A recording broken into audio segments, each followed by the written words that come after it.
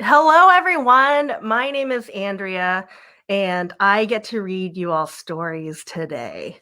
So I picked out 3 stories that I think you all will like. Um, these are the stories we're going to read. The Something New, about making new friends. Encounter, which is about Columbus coming to the West Indies from the indigenous perspective, or I guess that's a big word, maybe like point of view. And then the last stop on Market Street. So which one should we read first? Well, I can't hear you, so I think I'm going to have to choose. And I'm going to go with The Someone New. So this is a book by Jill Twiss and Egg Keller. Okay, let's see what happens.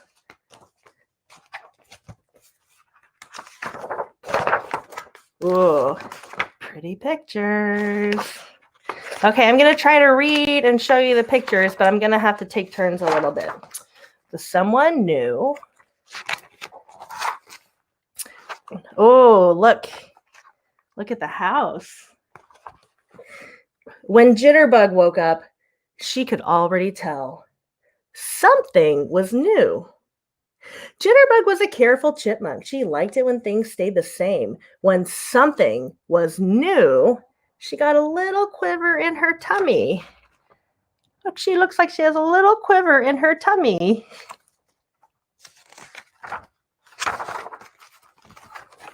What is this something new, she wondered. Is it Toast the butterfly? No, she is flitting from flower to flower, sharing her important thoughts like every other day. Hello, hello, hello, shouted Jitterbug. Hello, Jitterbug, said Toast. Did you know that a group of butterflies is called a kaleidoscope? I didn't know that either. Whoa, that was good information. But it was not the something new. Jitterbug kept looking. So here's Toast the butterfly. And then here's Jitterbug, still wondering. Okay. Is it Geezer the goose or Duffles and Nudge the otters? She wondered. No, they are splashing in the river just like always. Hello, hello, hello, shouted Jitterbug. Honk, honk, honk, said Geezer, who sounded grouchy even when he wasn't. Good day to you, Jitterbug, said Duffles. Did you hear the thunderstorm last night? It just, said Nudge. Missed our forest, said Duffles. I guess they're twinny. Cute. Whoa, that was good information. But Duffles and Nudge were best friends. They always finish each other's thoughts. That was not the something new. Then Jitterbug saw something she had never seen before. What's it going to be? I don't know. We have to turn the page. Okay. It was both hard and soft. It was both round and even more round. It was something new. No, wait. It was someone new. And that someone new was moving toward them very slowly. See, they had a lot of extra letters, so I had to read it like that. Hello, hello, hello, Jitterbug said nervously. Jitterbug's tummy was doing some pretty big-time tummy quivers. Hello, said the someone. My name is Pudding. Hello, Pudding, said Toast. Did you know that butterflies taste with their feet? I didn't know that either. Hello, and how do you do, said Nudge. Excuse us for asking, said Duffles. But what exactly are you? Whispered Nudge. So here's the someone new.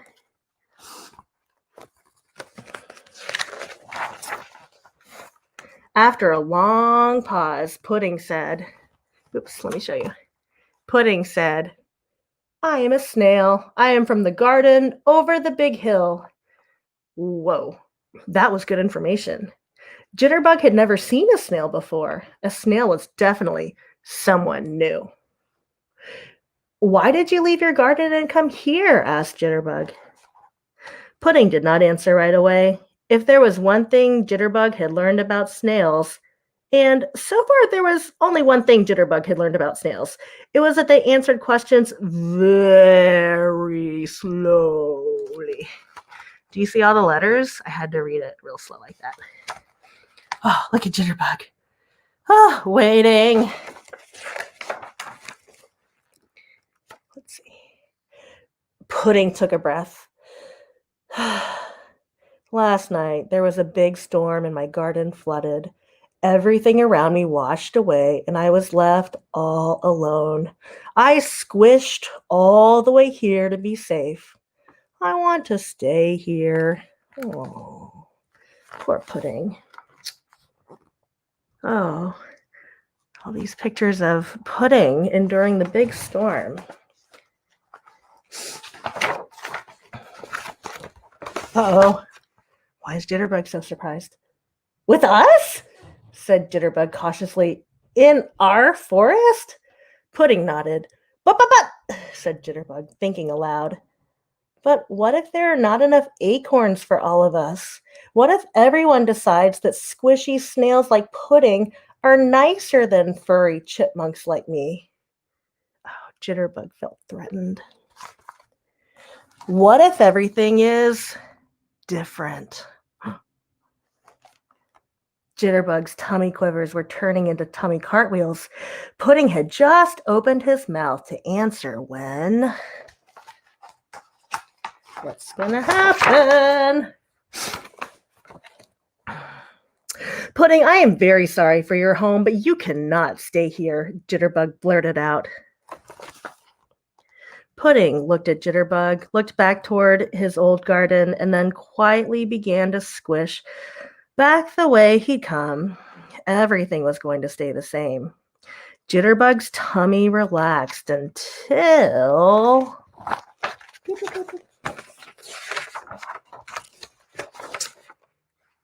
She looked up and saw her friends.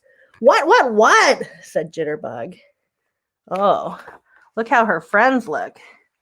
Do they look happy with her? Did you know that I was new once? Spluttered Toast. I used to be a caterpillar. Honk, honk, honk. I was also new once, said Geezer. I used to live at a beautiful lake. Then people started to fill with garbage until it wasn't safe for me anymore. That's when I came here.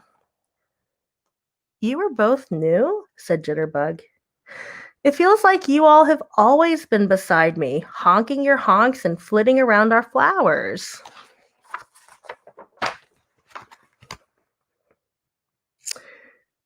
That is how friends feel, said Duffles. Even when they are new, friends feel like you've known them forever, said Nudge. But new can be scary, said Jitterbug. Jitterbug, do you remember when Toast wanted to see her reflection, so she flew very close to the river? Asked Geezer. Oh, yes, said Jitterbug. Toast flew so close to the river that pretty soon she had flown into the river. Oh, goodness.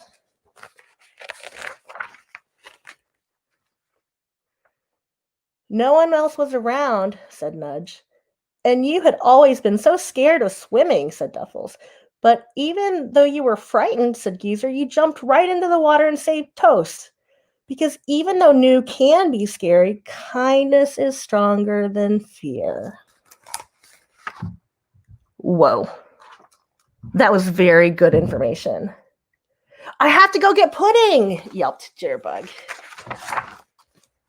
Jitterbug ran as fast as she could, and when she thought she looked everywhere, she found Pudding right around the corner. If there was one thing Jitterbug had learned about snails, and so far there was still only one thing Jitterbug had learned about snails, it was that they ran away very slowly.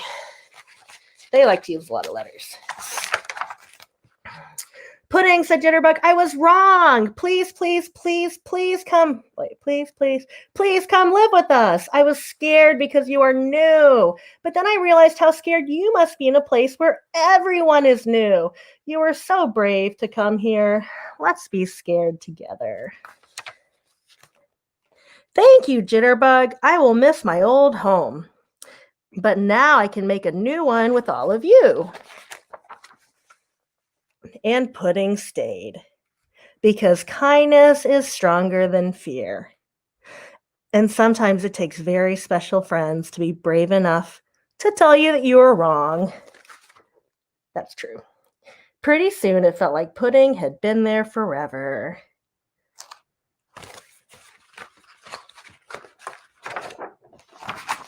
One more page. Now, there were many things Jitterbug knew about snails. She knew that they were strong and brave and smart and kind. But if there was one thing Jitterbug knew about snails, it was that they are very good friends. The end. That's the end of our first book. If you got any wiggles while we were reading that book, you might want to get them out right now. Now's a good time to get them out. And then we are going to read our next book, which is Encounter. It was just Columbus Day recently, so this is a timely book for us. A little scary picture.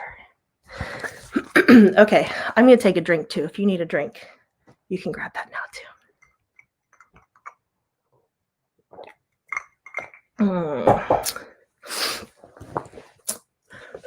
too. Excuse me. All right. Encounter. Ooh, look at that picture.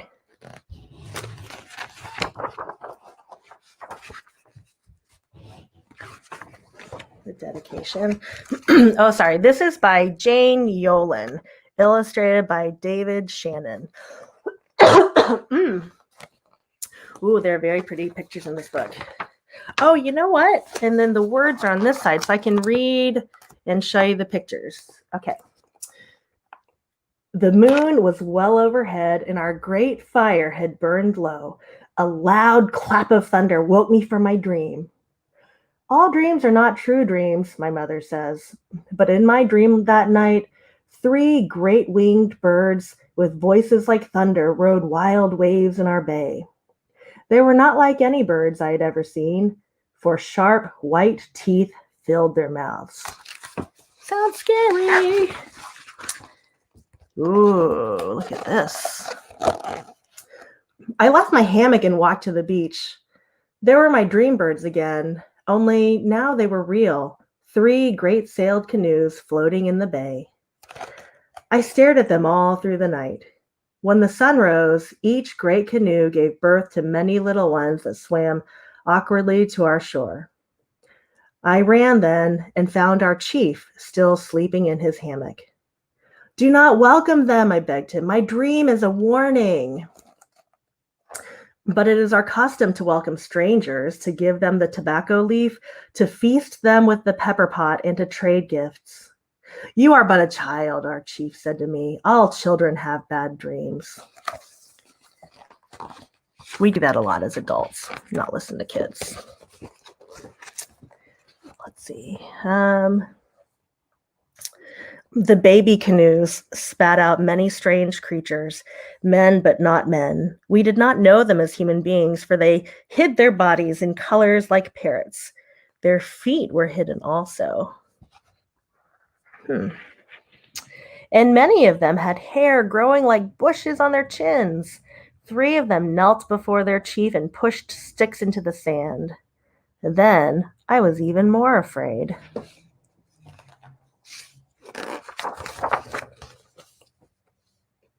Yep. Our young men left the shelter of the trees. I, who was not yet a man, followed, crying, Do not welcome them. Do not call them friends.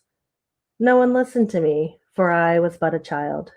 Our chief said, We must see if they are true men. So I took one by the hand and pinched it. The hand felt like flesh and blood, but the skin was moon to my sun. What could that mean? The stranger made a funny noise with his mouth, not like talking, but like the barking of a yellow dog. I'm trying to hold this right. Our chief said to us, "See how pale they are. No one can be that color who comes from the earth. Surely they come from the sky." Then he leaped before them and put his hands up, pointing to the sky to show he understood how far they had flown. "Perhaps they have tails," said my older brother. "Perhaps they have no feet." Our young men smiled, but behind their hands, so the guests would not feel bad. Then they turned around to show that they had no tails.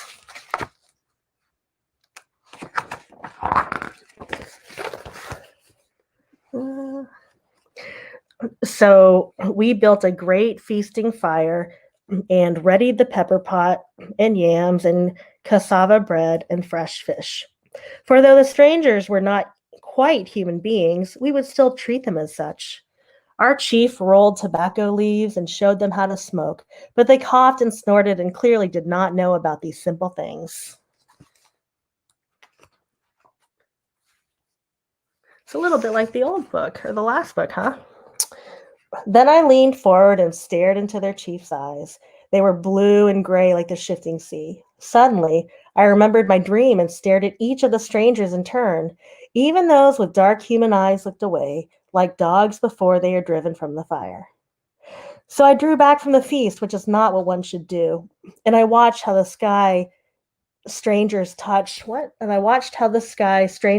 our golden nose rings and the sky strangers and our golden armbands, but not the flesh of our faces or arms.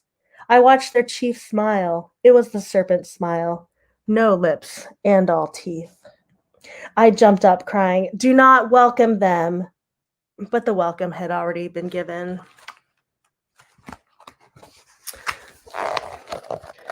I ran back under the trees, back to the place where my zemis stood.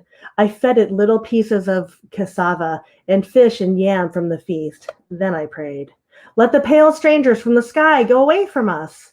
My zemis, I think that's the zemi. Ooh, that's the zemis. My zemi stared back at me with unblinking wood eyes. I gave it the smooth balls a stranger had dropped in my hand.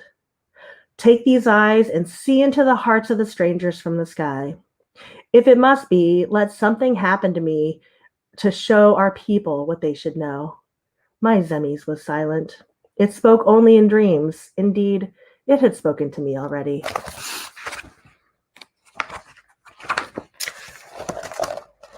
When I returned to the feast, one of the strangers let me touch his sharp silver stick.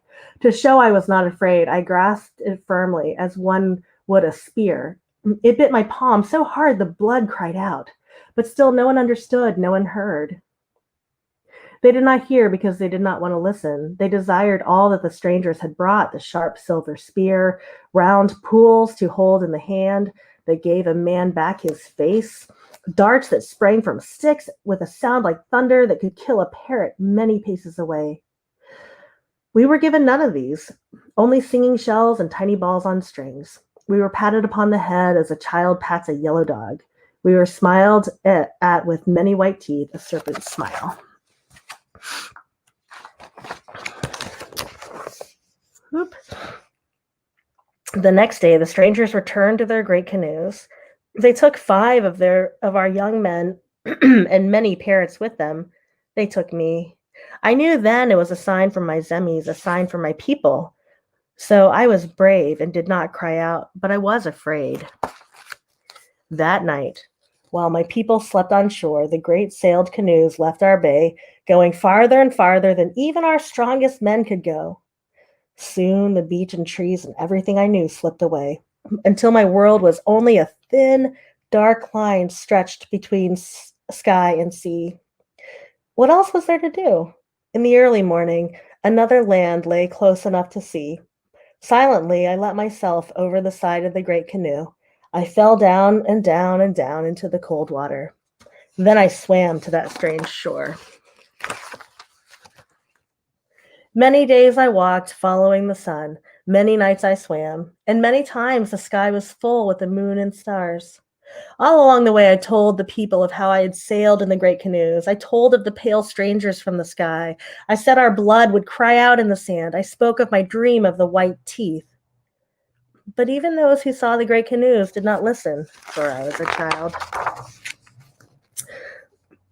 So it was we lost our lands to the strangers from the sky. We gave our souls to their gods. We took their speech into our mouths, forgetting our own. Our sons and daughters became their sons and daughters, no longer true humans, no longer ours. That is why let me show you the man. That is why I, an old man now, dream no more dreams. That is why I sit here, wrapped in a stranger's cloak, counting the stranger's bells on a string, telling my story. May it be a warning to all the children and all the people in every land. I hadn't read that one in a while. It's pretty heavy, a little different than the first one. All right. If you got any more wiggles, time to get them out. All right. So our last book tonight is called Last Stop on Market Street. This is one of my favorites. So this one, the words are by Matt de la Pina and the pictures by Christian Robinson. Even fun pictures here.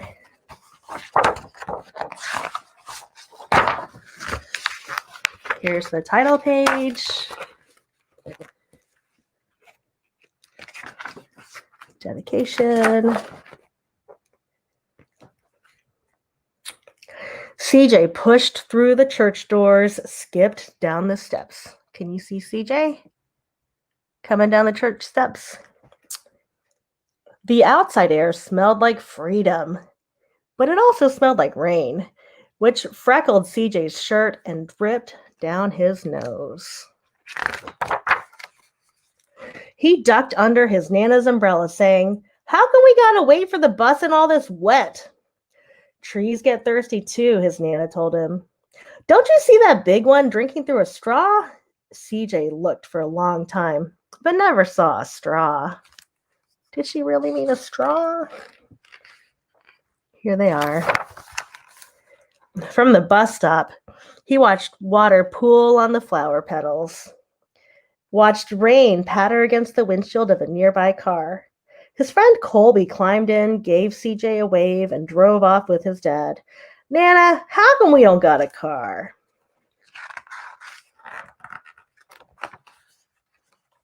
Oops, skip the page. "Boy, what do we need a car for? We got a bus that breathes fire, and old Mr. Dennis who always has a trick for you." The bus creaked to a stop in front of them. It sighed and sagged, and the doors swung open. Maybe you've gotten on a bus like that before. "What's that I see?" Mr. Dennis asked. He pulled a coin from behind CJ's ear, placed it in his palm. Nana laughed her deep laugh and pushed CJ along. They sat right up front. The man across the way was tuning a guitar. An old woman with curlers had butterflies in a jar. Nana gave everyone a great big smile and a good afternoon. She made sure CJ did the same. I don't know if you can see all the people on the bus. See the butterflies in the jar? The bus lurched forward and stopped, lurched forward and stopped. Nana hummed as she knit. "How come we always got to go here after church?" CJ said. "Miguel and Colby never have to go nowhere." "I feel sorry for those boys," she told him. "They'll never get a chance to meet Bobo or the Sunglass Man." "Let's see if we meet them later." "And I hear Trixie got herself a brand new hat." CJ stared out the window, feeling sorry for himself. He watched cars zip by on either side, watched a group of boys hop curbs on bikes.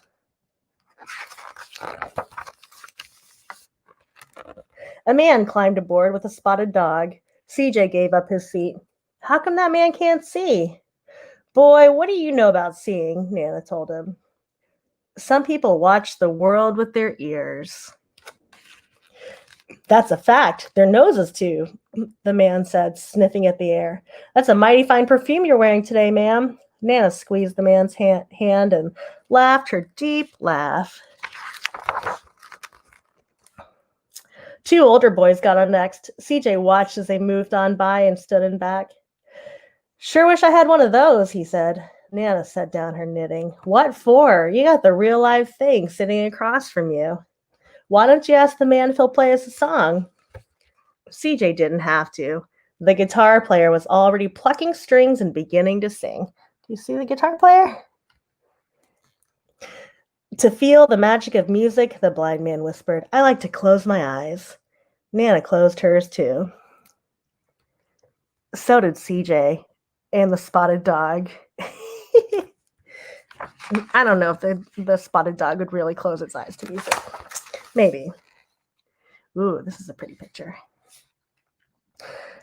And in the darkness, the rhythm lifted CJ out of the bus, out of the busy city. He saw sunset colors swirling over crashing waves, saw a family of hawks slicing through the sky, saw the old woman's butterflies dancing free in the light of the moon. CJ's chest grew full and he was lost in the sound, and the sound gave him the feeling of magic. The song ended and CJ opened his eyes. Everyone on the bus clapped, even the boys in back. Nana glanced at the coin in CJ's palm. CJ dropped it in the man's hat. Last stop on Market Street, Mr. Dennis called.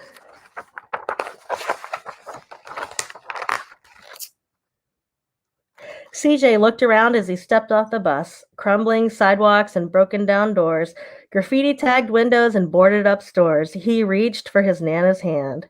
How come it's always so dirty over here? She smiled and pointed to the sky. Sometimes when you're surrounded by dirt, CJ, you're a better witness to what's beautiful.